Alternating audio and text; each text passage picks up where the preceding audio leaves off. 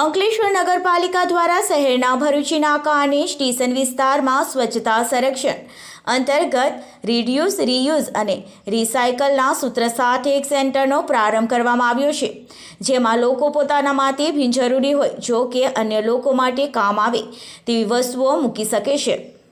અંકલેશ્વર નગરપાલિકા દ્વારા એક નવતર પ્રયાસ હાથ ધરવામાં આવ્યો છે। ભરૂચી નાકા પાસે જલારામ મંદિર સામે રિડ્યુસ રીયુઝ અને રિસાયકલ સેન્ટરનો પ્રારંભ કરવામાં આવ્યો છે। આ સેન્ટરમાં લોકો પોતાના માટે વપરાયેલ અને બિનજરૂરી હોય અને અન્ય જરૂરિયાતમંદને કામ આવે તેવી વસ્તુઓ જેવી કે કપડાં, સાડી, રમકડાં, બૂટ, ચંપલ, બોટલ, લંચ બોક્સ, પુસ્તકો, પ્લાસ્ટિકની ચીજવસ્તુઓ, કાચ સહિતની ચીજવસ્તુઓ મૂકી શકે છે।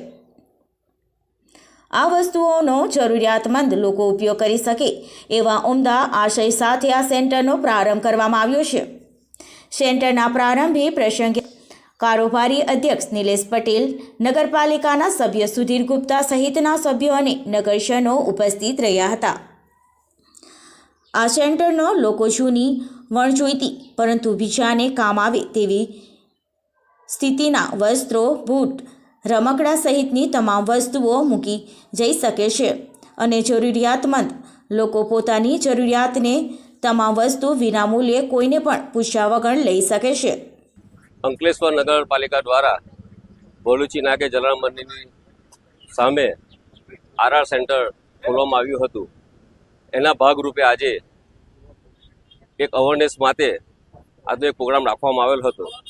આરઆરનો મિનિંગ એ છે કે રિડ્યુસ, રિફ્યુઝ અને રિસાયકલિંગ। જેવી કે આપણા ઘરમાં વપરાતી જીવન જરૂરતની વસ્તુઓ, કપડાં હોય, બૂટ હોય, ચંપલ હોય, બહેનોના સાડી હોય, બહેનોના કટલરી સામાન હોય, બુક્સ હોય, નોટબુક્સ હોય, જેવી વસ્તુઓ આપણે વાર તહેવારના દિવસે આપણે બહાર નાખી દેતા હોય છે, ક્યાં કોઈને આપી દેતા હોય છે। પરંતુ આ આરઆર સેન્ટર થકી જે અતિ ગરીબ લોકો છે એને આ વસ્તુનો લાભ મળે એ માટે હું અંકલેશ્વર નગરજનોને એક નમ્ર વિનંતી કરું છું અને અપીલ પણ કરું છું કે તમે આવી વસ્તુઓ નાખી ન દેતા, તમે આરઆર સેન્ટર પર અહીંયા જમા કરાવી જાઓ, જેથી બુક્સ હોય તો કોઈ ગરીબ લોકોના બાળકોને એ ભણવા માટે ઉપયોગી થાય અને કોઈના જીવનમાં આ વસ્તુ ઉપયોગી નીવડે। બીજી જીવન જરૂરિયાતની વસ્તુઓ છે, કપડાં હોય, વિવિધ વસ્તુઓ છે, તે તમે અહીંયા આપી જાઓ તો જે અતિ ગરીબી રેખા હેઠળ જીવતા લોકો છે એને આનો લાભ મળે અને એ લોકો એનો ઉપયોગ કરી શકે। માટે ફરીથી હું અંકલેશ્વરની જનતાને એક નમ્ર અપીલ કરું છું અને વિનંતી કરું છું કે આવી વસ્તુ આપણે નાખી ન લેતા, અહીંયા આરઆર સેન્ટર પર જમા કરાવો જેથી કોઈને એનો લાભ મળે। નમસ્કાર। આજે આરઆર દ્વારા જે આ કામ શરૂ કરવામાં આવ્યું છે, જે ગરીબો માટે કપડાં, નોટબુક, રમકડા, તમારા ઘરમાં જે વેસ્ટેજ વસ્તુઓ તમે જે કાઢી જ નાખવાના છો તો આરઆર સેન્ટરમાં આપો, જેનાથી ગરીબોના બાળકો રમી શકશે, કપડાં પહેરી શકશે અને તમે મેસેજ દ્વારા આ બધાને પહોંચાડો અને પ્રજાને જાગૃત કરો કે આ ગરીબ બાળકો સુધી આ વસ્તુ તમારી પહોંચે છે। અને દરેક સભ્યને પણ નમ્ર વિનંતી છે કે તમે મેસેજ દ્વારા અંકલેશ્વરની પ્રજાને આ મેસેજ જરૂર પહોંચાડજો, જેથી ગરીબ બાળકો તમારા ઘરની જે નકામી વસ્તુઓ, તમારા બાળકો જે રમીને થાકી ગયા છે, નોટ્સબુક છે, તમે નોટ્સબુકનું વિતરણ કરવા માંગો છો તો ગરીબ બાળકો એનો યુઝ કરશે।